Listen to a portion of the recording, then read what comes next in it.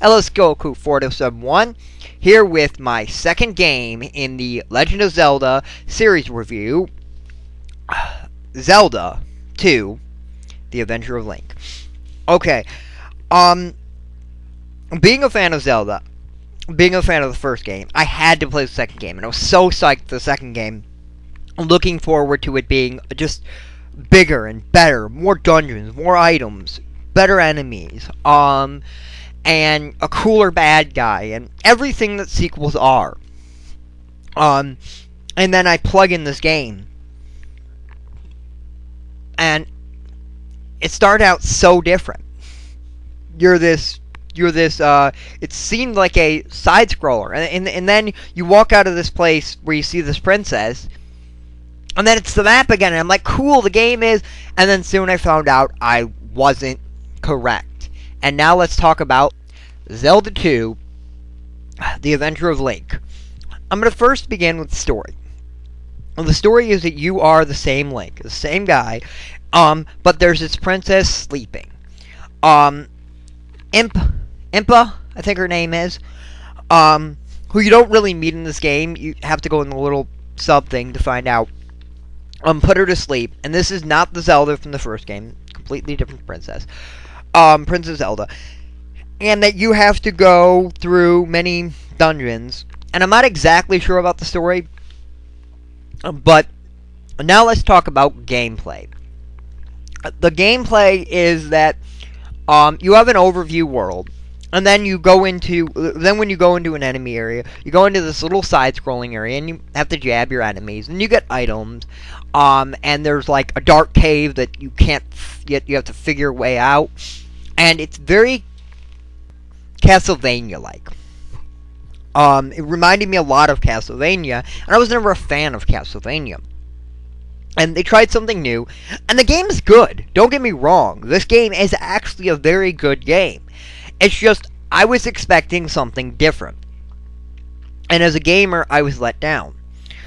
And I've never beaten this game. So, this is just a very simple review. But yeah, but there are many items. You get the hammer, and you have to break down rocks. And let's talk about why this game was revolutionary. Because, yet again, this is a revolutionary game. It might have its faults. But remember, this was early gen. This was when the big games were being made. Okay. People actually have routines and patterns, and this had things like other games, like Elder Scrolls did. There was not a lot of villages, but they did do things, and you could actually talk to people, and people would actually go into a house and come out of a house, and that was very interesting.